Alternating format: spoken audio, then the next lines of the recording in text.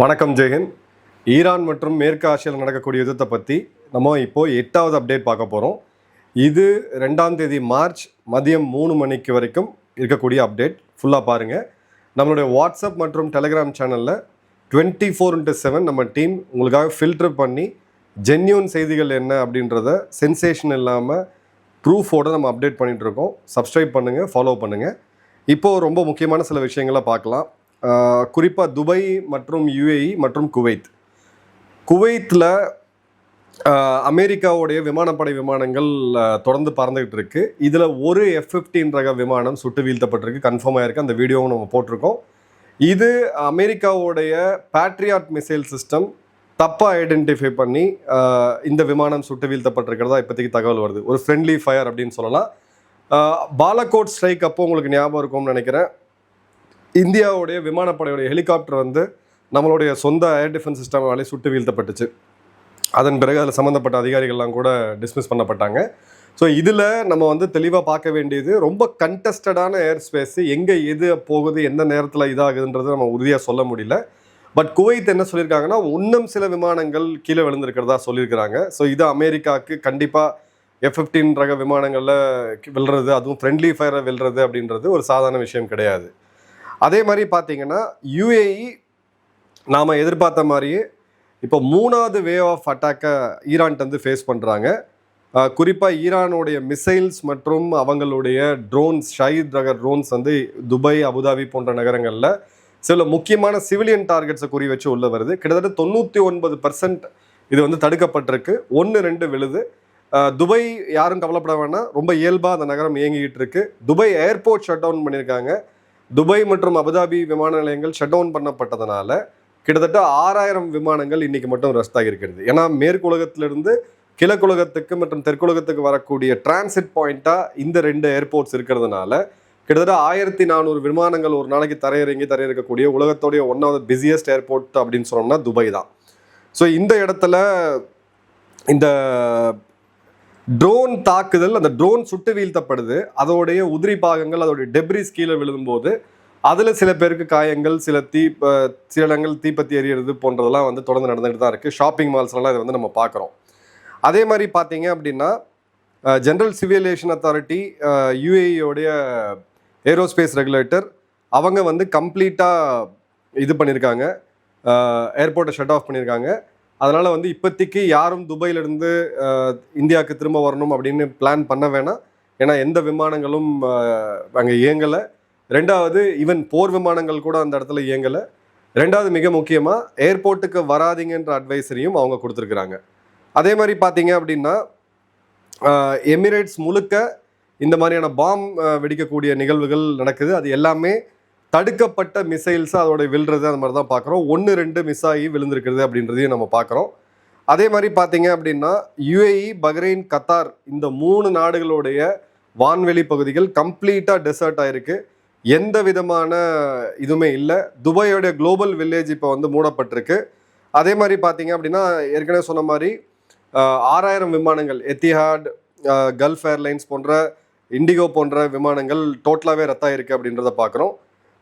Indigo டெம்பரரியாக middle eastern ஏர் ஸ்பேஸில் எல்லா விமானங்களையும் ரத்து பண்ணியிருக்கிறாங்க. அதுக்கு உண்டான பதிவையும் போட்டிருக்காங்க. இந்த நேரத்தில் இந்திய கடற்படை தன்னுடைய முழு பலத்தில் தயாராக இருக்கிறோம் அப்படின்ற அறிக்கையும் கொடுத்துருக்காங்க. எவாக்குவேஷன் தேவைப்பட்ட சங்கல்ப் அப்படின்னு சொல்லக்கூடியது. ஏன்னா இவ்வளோ லட்சம் மக்களை வெளியே கொண்டு வரணும் டிஸ்டன்ஸில் இருக்கக்கூடியவங்கள அப்படின்ற போது விமானங்கள் நிச்சயமாக 1000 விமானங்கள் இருந்தாலும் பத்தாது. ஸோ கடற்படையோடைய வலிமை எவ்வளோ முக்கியம் அப்படின்னு பார்க்குறோம். இந்திய கடற்படை கம்ப்ளீட்டாக ரெடியாக இருக்கிறாங்க. இந்திய கப்பல்களை பாதுகாக்கிறதா இருக்கட்டும், இந்திய மக்களை மீட்டெடுக்கிறதா இருக்கட்டும், இல்லை தேவைப்பட்டால் இந்தியாவுடைய அசெட்ஸை குறி வச்சு ஏதாவது தாக்குதல் நடத்தினா அதை முறியடிக்கிறதுக்கும் இந்தியா இந்த இடத்துல ரொம்ப ஸ்ட்ராங்காக இருக்குது. பொலிட்டிக்கல் நிகழ்வாக நம்ம பார்க்கணும் அப்படின்னா பிரதமர் மோடி அவர்கள் யுஏஇ மேலே நடத்தப்படக்கூடிய தாக்குதலுக்கு கடும் கண்டனத்தை தெரிவிச்சிருக்காரு. யுஏஇ நட்பு நாடு, உடனடியாக அவங்களும் அதுக்கு உண்டான அங்கீகாரத்தையும் நிகழ்ச்சியும் சொல்லியிருக்காங்க. சவுதியை பற்றி பேசலை, கத்தாரை பற்றி பேசலை. பிரதமர் குறிப்பாக யுஏஇயை பற்றி பேசும் பொழுது இரு நாட்டோடைய உறவு 2 நாடுகளுக்குமே எந்த அளவுக்கு முக்கியம் அப்படின்றது ரொம்ப தெளிவாக தெரியுது. அதே மாதிரி பார்த்தீங்கன்னா குவைத் இந்த ஒரு விமானம் அப்படின்றது தவிர நிறைய விமானங்கள் விழுந்திருக்கிறதா சொல்லியிருக்காங்க. அமெரிக்கா இன்னும் அதை அதிகாரப்பூர்வமாக அறிவிக்கலை. பட் நிறைய அமெரிக்க விமானங்கள் 1, 2, 5 நமக்கு தெரியல. 1 நமக்கு கன்ஃபார்ம்டாக தெரியும். அந்த பைலட்ஸ் எஜெக்ட் ஆகிற வீடியோஸ்லாம் நம்ம சேனல்ஸில் போட்டிருக்கோம். அதே மாதிரி பார்த்தீங்கன்னா பிரதமர் மோடி அவர்கள் நம்மளுடைய நேற்று இரவு சென்னையில் மதுரையிலிருந்து அவர் திரும்பி போன பிறகு 9:30 மணிக்கு மேலே நம்ம நாட்டோடைய உச்சபட்சமான பாதுகாப்பு அமைப்பான கேபினெட் கமிட்டி ஆஃப் செக்யூரிட்டியை கூடி ஆலோசிச்சிருக்காரு. ஆலோசிச்சுக்க பிறகு இன்று காலையில் வந்து மிக முக்கியமான ஒரு அறிக்கையை வந்து கொடுத்துருக்காரு. India's position on the many ongoing tensions in the world is clear. We have always called in maintaining peace and stability.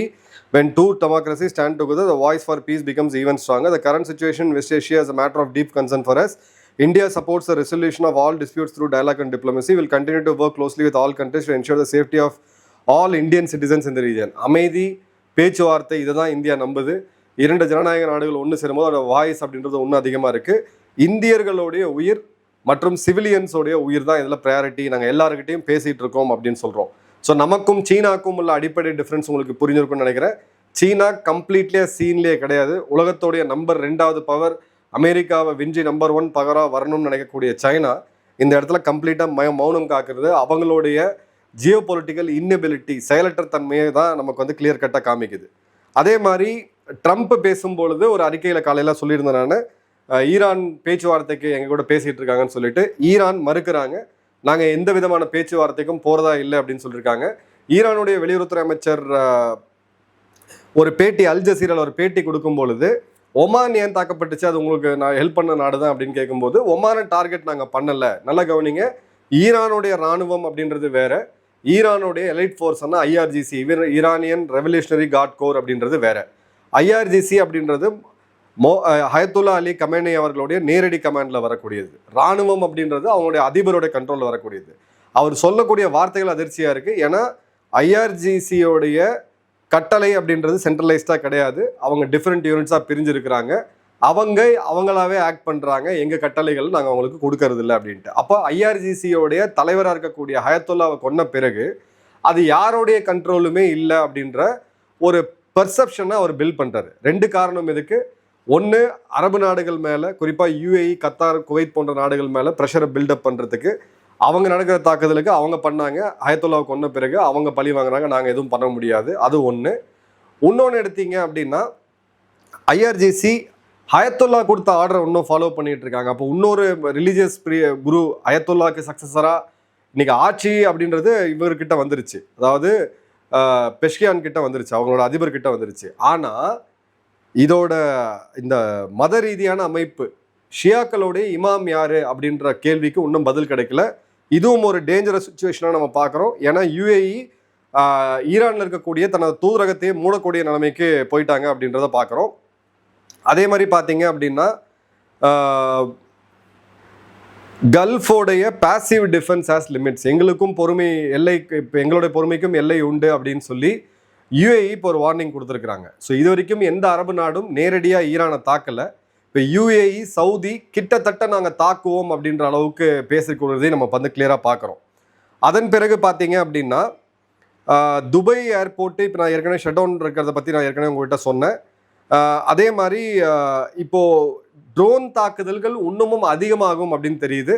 இன்னைக்கு காலையில் 10 மணிலேருந்து இப்போ மத்தியானம் 3 மணி வரைக்கும் பார்த்தீங்கன்னா அதிகபட்சமான தாக்குதலை ஈரான் சந்திச்சிருக்கிறாங்க. குறிப்பாக தெஹரானில் 1000க்கும் அதிகமான இடங்கள் வந்து முற்றிலும் ஒழிக்கப்பட்டிருக்கு. ஏன்னா அவங்க அந்த மிசைல் லான்ச்சர்ஸ், ஐஆர்ஜிசியோட கமாண்ட் சென்டர்ஸ், அவங்களோட ரேடார்ஸை குறி வைக்கிறாங்க.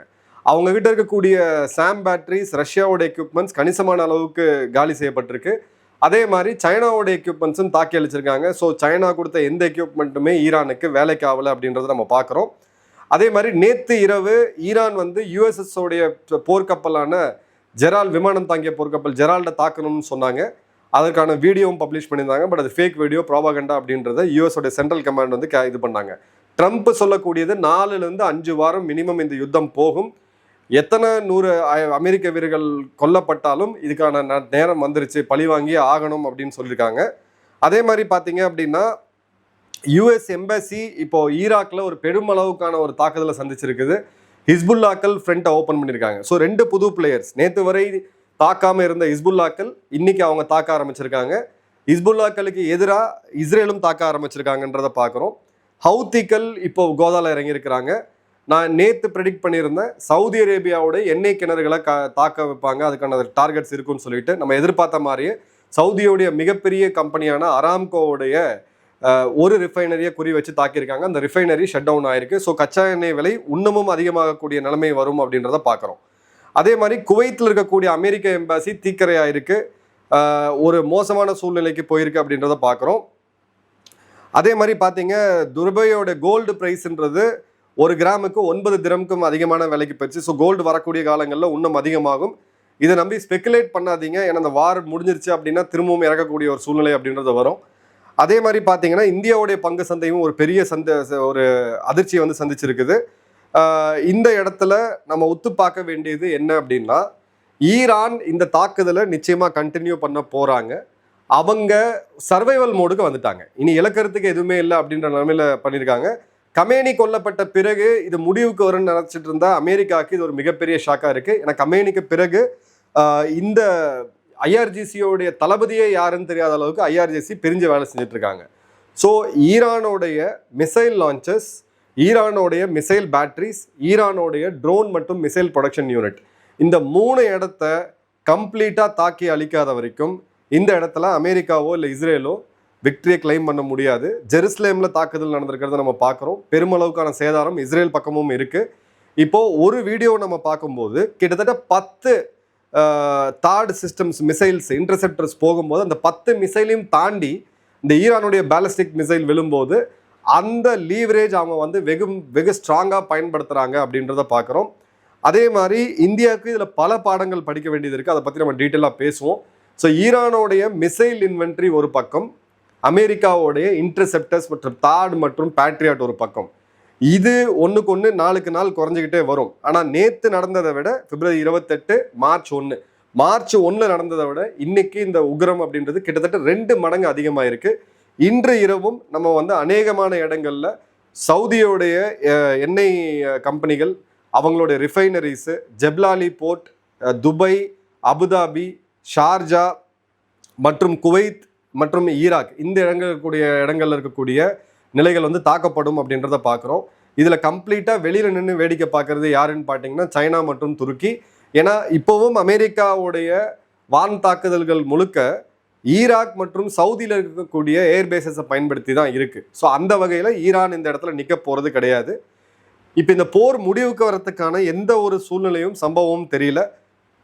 மேபி கச்சா எண்ணெயோட விலை இன்னும் அதிகமாக போக அமெரிக்கா ஒரு இடத்துல திணறக்கூடிய சூழ்நிலை வந்ததுன்னா இந்த போர் நிறுத்தத்துக்கான இது இருக்கும். பட் ட்ரம்ப் தெளிவாக பேசுகிறாரு, 4 to 5 வாரம் இந்த போர் அப்படின்றது இருக்கும் அப்படின்றாரு. அவங்க அந்த பிளட்டை ஸ்மெல் பண்ணிட்டோன்னு சொல்லுவாங்க, டேஸ்ட் பண்ணிட்டோன்னு சொல்லுவாங்க. இந்த இடத்துல ஈரானை முடிச்சு கட்டணும் அப்படின்னு பார்க்குறாங்க. ஈரானை முடிச்சு கட்டுறது வெறும் ஜனநாயகம், ஆட்சி மாற்றம் இதெல்லாம் ஒரு பக்கம் பேசினா கூட Iran Gulf of Oman, Strait of ஹார்முஸை கண்ட்ரோல் பண்ணக்கூடிய ஒரு மிக முக்கியமான நாடு. உலகத்திலேயே டாப் 5 நாடுகளில் 1 எண்ணெய் வளத்தை கொண்ட நாடு. ஸோ இவங்க செலவு பண்ணக்கூடிய இந்த பணத்தை மீட்டெடுக்கணும் அப்படின்னா அந்த எண்ணெயை வச்சு தான் மீட்டெடுக்க முடியும். பட் வெனிசுலா மாதிரி இது ஈஸியாக இருக்காதுன்னு நம்ம சொல்லியிருக்கோம். அதுதான் இப்போ எக்ஸாக்டாக நடந்துகிட்டு இருக்கு. யாரும் எந்தவித பதட்டமும் அடைய வேணாம். நிறைய கால்ஸ் எனக்கே வருது. நான் எல்லாருக்கும் சொல்லக்கூடிய ஒரே பதில், நீங்கள் துபாயில் எங்கே இடத்துலையும் சேஃபாக தான் இருக்கிறீங்க. பட் பேசிக்ஸை வந்து ஃபாலோ பண்ணுங்கள். நம்ம சேனலில் தொடர்ந்து இதுக்கான ஜென்யூன் அப்டேட்ஸ் கொடுத்துட்டே இருப்போம். சேனலை தொடர்ந்து ஃபாலோ பண்ணுங்கள். இந்த போர் இப்போதைக்கு முடியறதுக்கான எந்த விதமான வாய்ப்பும் இல்லை. இது உலகத்தில் இருக்கக்கூடிய அனைத்து நாடுகளையும் பாதிக்க வைக்கும். நிச்சயமாக இந்தியாவிலேருந்து எல்லாருமே இந்த இதை வந்து பிஞ்ச் வந்து ஃபீல் பண்ணுவோம். இப்போ சென்னையில் போராட்டங்கள் நடக்கிறத பார்க்குறோம். கமேனியோட இதுக்கு அமெரிக்க தூதரகத்தில் போராட்டங்கள் நடக்கிறத பார்க்குறோம். இதே 26 இந்தியர்கள் பஹல்காமில் கொல்லப்பட்ட போது, பங்களாதேஷில் மக்கள் கொல்லப்பட்ட போது இவங்கெல்லாம் எங்கே போனாங்க அப்படின்னு தெரியல. பட் இந்த ரிலீஜியஸ் போலரைசேஷனும் கூடவே சேர்ந்து பயணிக்கிறது. ஸோ பல நாடுகளில் ஷியாக்கள் இன்னைக்கு அமெரிக்காவுக்கு எதிராக போராடக்கூடியதை நம்ம பார்க்குறோம். பாகிஸ்தானில் கிட்டத்தட்ட 20க்கும் அதிகமான மக்கள் உயிரிழந்திருக்கிறாங்க அமெரிக்க தூதரகத்துக்கு உள்ளே போன காரணத்துக்காக. ஸோ இது ஒரு பதட்டமான, ஒரு மிகவும் உச்சக்கட்ட பதட்டமான ஒரு சூழ்நிலை தான். வதந்திகளை நம்பாதீங்க. உங்களுடைய போஸ்ட், உங்களுடைய தாட்ஸ் எல்லாத்தையுமே கொஞ்சம் கண்ட்ரோலில் வைங்க. இன்னொரு அப்டேட்டோடு மீண்டும் சந்திப்போம். நன்றி, வணக்கம், ஜெயஹிந்த்.